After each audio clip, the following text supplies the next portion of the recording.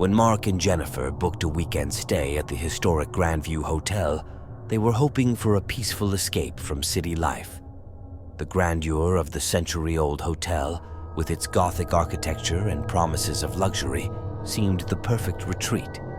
Upon arrival, they were struck by the ornate decor and the peculiar absence of a 13th floor in the elevator panel, an omission common in older buildings, but one that always intrigued Mark. The first night passed uneventfully until Jennifer was awakened by whispers. The murmurs were faint, barely audible, and seemed to drift through the walls. She nudged Mark, who groggily dismissed them as the remnants of a dream. But as silence returned, Jennifer couldn't shake off the feeling that the whispers carried a desperate plea. The next day, while exploring the hotel's vast library, Mark found an old, leather-bound guest book. Flipping through the pages, he noticed that entries abruptly stopped on a page dated back to the early 1920s. What was more chilling was a small, handwritten note in the margin that read, "Do not let them awake, room 1213. Intrigued and a bit unnerved, Mark inquired about room 1213 at the front desk.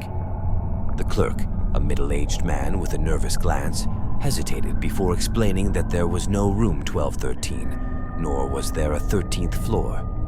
The explanation was curt, cloaked with a hint of fear that only fueled Mark's curiosity. That evening, Mark and Jennifer found a faded map of the hotel tucked away in a dusty book. The blueprint surprisingly showed a 13th floor, with several unlisted rooms, including 1213. Determined, they decided to explore the upper floors that night. After reaching the 12th floor, they discovered a narrow, hidden staircase leading upwards, shrouded in darkness. With only their phone's flashlight to guide them, they ascended. The air grew colder with each step, and the oppressive silence was palpable. At the top, they found a hallway lined with doors, each marked with peeling numbers. They stopped at 1213. The door creaked ominously open, revealing a room shrouded in dust and shadows, untouched by time. As they entered, the door slammed shut behind them, plunging them into darkness. The whispers returned, louder this time, swirling around them in a frenzied chorus. The room felt alive, charged with a malevolent presence. Figures began to materialize in the shadows, ghostly apparitions bearing the sorrowful faces of past guests, their eyes hollow with despair. The spirits moved closer, their whispers becoming cries of warning. One ghost, a woman dressed in a 1920s flapper dress, stepped forward. Her voice clear amid the cacophony, she revealed the horrifying truth. The 13th floor had been sealed after a tragic fire that claimed the lives of everyone on the floor, including her. They had been forgotten, their existence erased. The air grew thick with smoke, and the cries of the trapped souls crescendoed around Mark and Jennifer. Panicking, they scrambled to the door, finding it immovable. Only after Jennifer's tearful pleas did the door suddenly swing open, allowing them a breathless escape. Stumbling back to their room, they packed hurriedly, the hotel's dark history too much to bear. As they checked out, the clerk met their eyes with a knowing sadness, a silent acknowledgement of the truth they had uncovered. As their car pulled away from the Grandview Hotel, Jennifer looked back. The upper floors flickered with light as though signaling a morose goodbye. They left with a new understanding of the hotel, haunted not just by spirits, but by a tragic past that refused to be forgotten. Even after returning home, the whispers didn't leave Jennifer. At night, she would wake to their faint murmuring, a reminder that some places hold secrets so deep they reach out beyond their confines. The experience changed them forever. Mark went on to write a book about the haunted histories of old hotels, always wondering about the souls that linger in forgotten rooms, waiting for someone to remember their stories.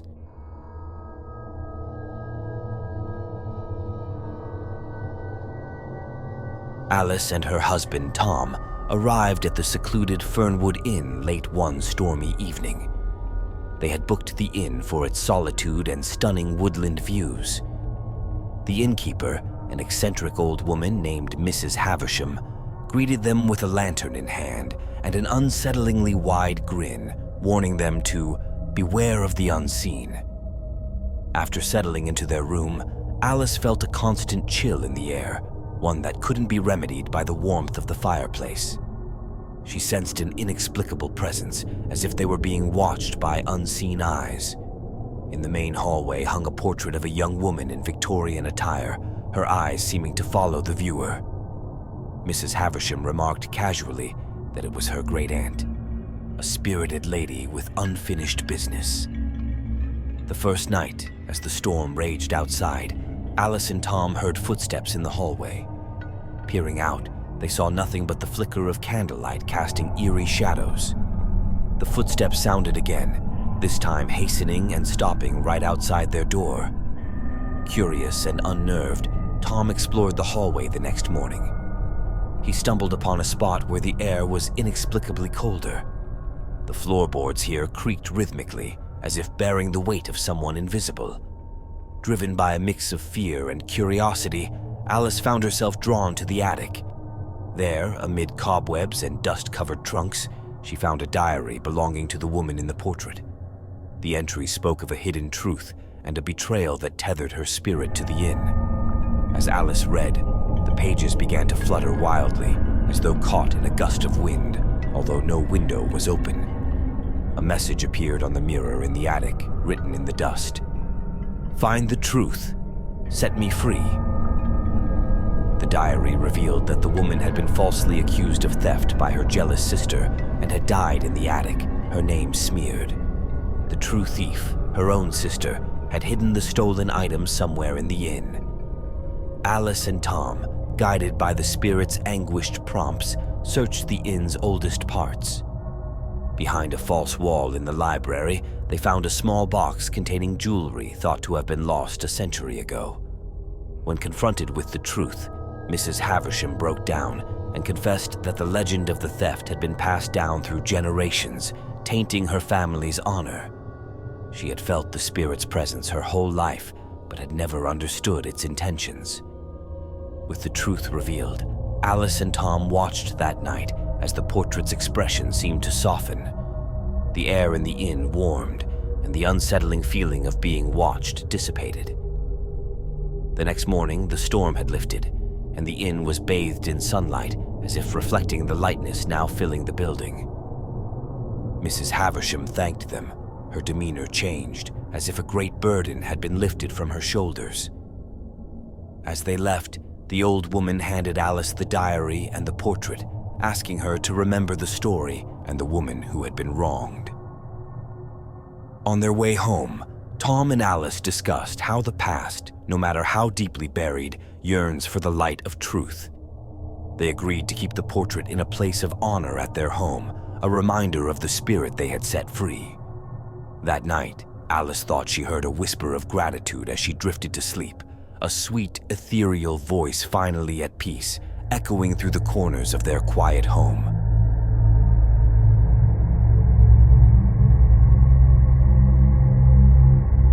Sarah, a young journalist with a penchant for the paranormal, decided to stay at the infamous Winchester Hotel, known for its haunting sightings and eerie occurrences. Her goal was to write a feature for her magazine on haunted hotels across the country.